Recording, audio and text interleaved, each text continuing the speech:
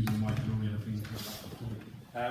I've written a couple of things down, but I'm probably just going to wing it as I normally do these kind of things. So, for those of you that don't know me, my name is Brian Keane. I'm the owner of Brian Keane Fitness, which is a fitness company. Basically, I've got HIIT trainers. Cahal's one of them here. They own me. They take you to personal training, do nutritional plans, everything kind of health and fitness related. On the other side of it, I'm one of the top muscle and fitness models in the world. I finished top 10 in the world in Las Vegas in August last year. So I travel around the world doing fitness shoots, shooting with photographers, magazines, that kind of thing. So basically my story, I grew up on a farm in Connemara. I grew up out Connemara side, I grew up in Nairn. I grew up in Nairn Cross. So it's one of the first things I get when people are like, Jesus, you grew up in Connemara, you grew up in Nairn, and you're traveling around the world doing things that you're doing. So firstly, location doesn't mean anything. So I grew up on a farm. Playing sport was kind of the thing I did first. I didn't do very well in school. Anyone that follows me on social media, you know that I've got really bad fucking ADD and I'll go off on tangents and start talking on things. And apologies for anyone that's annoyed by swearing, because I tend to swear quite a bit when I'm talking, so apologies in advance. But I didn't do really well in school. Again, football was my life. I did nothing but play. It was everything I did was based around making county teams, making senior teams, making club teams, and I was literally goal obsessed on that. So I didn't do too much focus in school. I got into a lot of trouble in secondary school as a little bit of a blackguard actually. And then when I was about 15, I was playing in a county game in under 16, and my foot got planted in the floor, and a guy came in from the other side and completely dislocated my knee. So it popped straight out.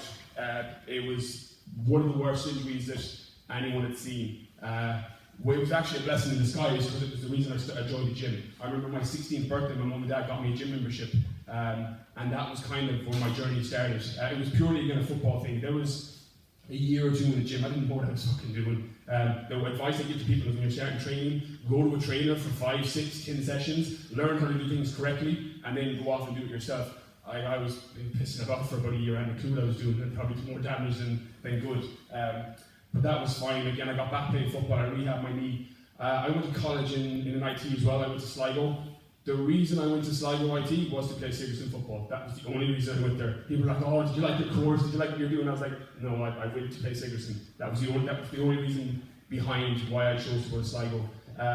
Ironically, I completely lost my fucking way up there. Anyone that's been there, you know yourselves. That went out the window. There's a period there from about 17 to 19 where I just went completely off the rails. I was drinking, I was partying, I was out fighting. I was in college then, I think I spoke. I should fucking tell you, like I was out 5 or 6 nights every single week. Fitness went out the window, football went out the window. My next kind of turning point came when I went on a J1 visa to San Francisco. So again, there's still the J1s, I assume. You know, you can go to America, work for the summer. I went on a J1 visa to California. I lived in a fraternity house, in a frat house. So if you've seen any of the movies, it's exactly fucking like what's in the movies. Like there's about 100 people in a house. It's split between guys and girls. There's fucking parties every second or third night. There's kegs all over the place. 2 liter things of vodka. So you can imagine I was in fucking heaven as a parent. You know, so I landed over there. About 2 months in, it got to the point that my friends that were with me came in, and I was actually puking and shitting blood in my room. I'd given myself an ulcer, and it started to bleed from partying so much. So that was a fucking scary time. Basically, it got to the point that I was curled over. And again, I regret nothing, it's fucking awesome. But it was a scary time. Like anyone that's been to America knows that their health system is completely messed up. Like if you don't have health insurance, they really want to know your name. I remember I had a guy, thankfully a really good mate who I still keep in contact with in the US. He drove me around to 3 different hospitals before they'd see me. I had to call, I was still playing football at the time. How the fuck I was still playing football? I was still playing football at the time. And I rang my manager that was out there. And he was like, look, go into the hospital, give them a fake name, give them a fake social security name, and get yourself seen. So I'm putting this video up online, so I hope no one from the fucking US Embassy sees it. So I went in and I went in, got myself treated and jetted. Like for anyone that doesn't know, to spend a night in the US hospital, it's like $3,000 just to be seen. So I was in there like, oh yeah, I get a fake name, fake social security, got my med in a jet. So I didn't have to. Obviously, you get a pretty low point. At that point, you kind of have to reevaluate your life. As I said, I regret nothing. I loved it, but there's a point when you're kind of looking at yourself going, right, I'm a fucking mess. You've got fucking beer gut. you're unhealthy, you're puking blood, like that's your turning point, like, that's generally where the line is. So I came back, then I kind of really threw myself into fitness. I was about 20 at this stage, so I'm not sure how old everyone is here, but I was about 20, maybe 21, and that's when I really started turning things to life. I had no choice. Like, I hate a fucking mess in my body. I had to educate myself on nutrition, educate myself on supplementation, educate myself on training. Like, I read every single book there was in it, every single magazine, the internet, YouTube. It was just getting big then, just to arm myself with some knowledge. And then I kind of threw myself into my training. About 2 years later then, I finished my degree in Sligo and I moved to London. For anyone that knows, I was a teacher for 4 years. That's what I did before I set up my own business and became a trainer and a fitness model and all of that. I was a primary school teacher. I did that for 4 years. So I moved to London, did my postgraduate over there, and it worked. And again, I'm going to go off fucking topic now completely because I'm not even supposed to talk about this because it's not a fitness thing. But some of you, because you're in college now, I just came out of college and got my first job. That was probably the lowest point in my life. I remember when you're in college, and I'll tell you this now because hopefully you'll learn from my experience, is the fucking real world is very different from college. Like, when you come out of college and you go into your first job, you think that's it. You're like, okay, I've done it now. I'm a fucking adult, I'm grown up, I've got a job, I've got all these things. And then what happens if you don't like your fucking job? I remember I got my first job and I hated it. I absolutely hated it. And anyone that knows me knows I'm quite happy-go-lucky. I love my life. Even when I was, with stomach ulcers and blagging the American health system, I loved my life. I loved everything about it. But there was a point when I took my first job, when I came out of college, that I absolutely hated it. I remember, it was about November, I was cycling into school. I used to cycle, and I was cycling into school, and I remember going in thinking, I want to be clipped by a car today. I was like, I didn't want to be hit by and then I'd be killed. But I wanted to be clipped so much that I didn't have to go to work.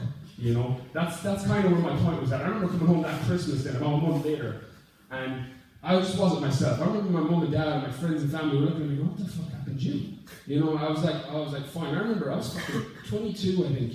22, 23. And I fucking broke down and bawled in front of my parents. I was like, I fucking hate my life and shit. I hate my job, it's crap.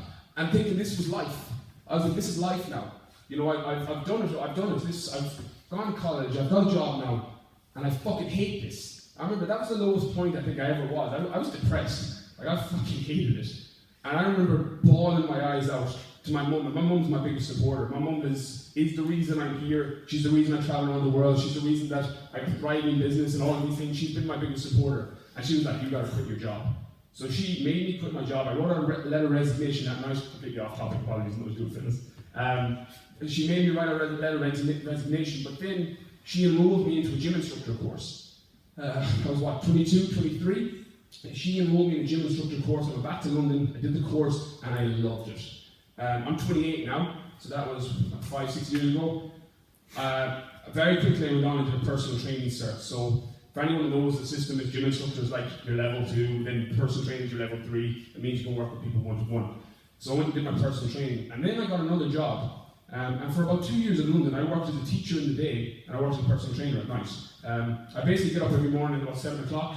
I'd go to work, and I'd leave school. The school system in the UK is completely different to here. Like, I remember the first job, you were in at 7 a.m. and you leave at 6 p.m. Like, that was, because there's no textbooks, there's no, you have no framework to go from. I grew up in the UK system, I didn't know the English education system, so that's why I hated it so much.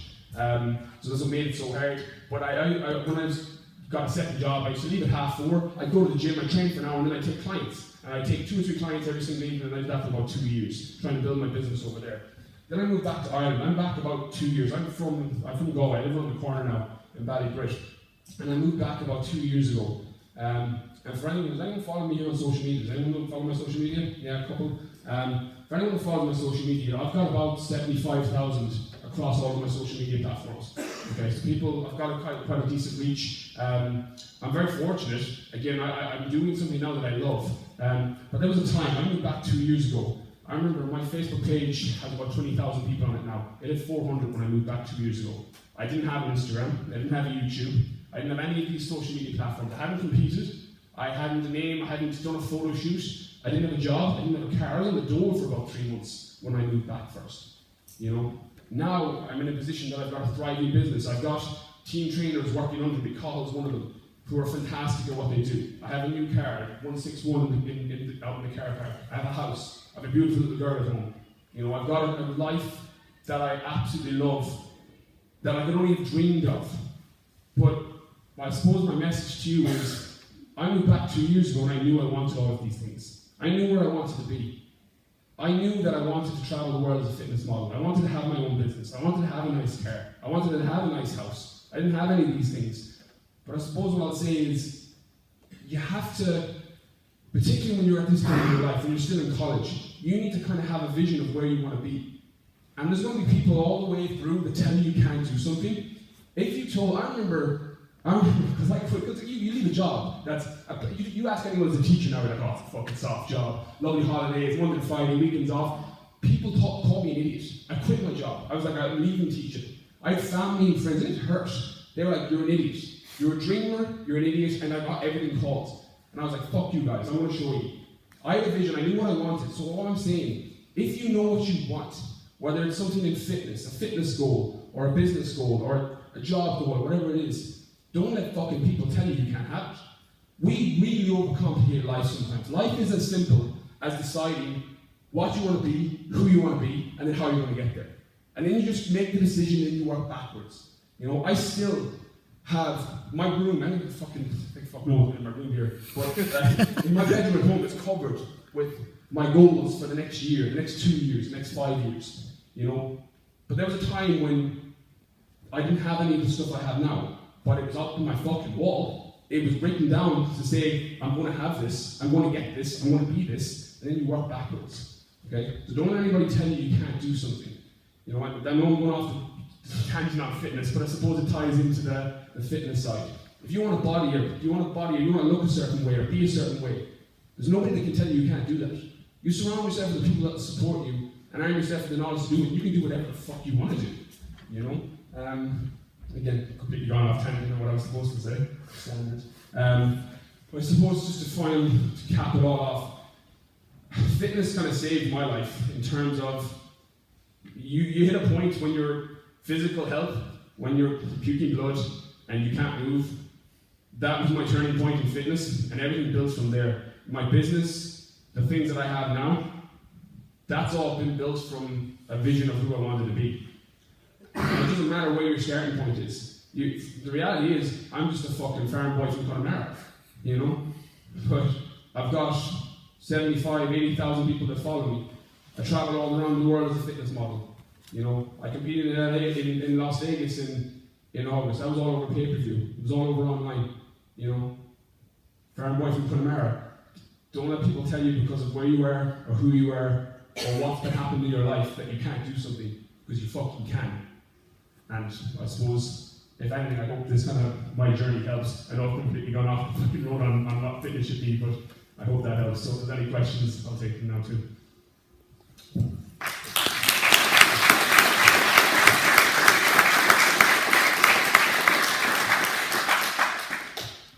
questions?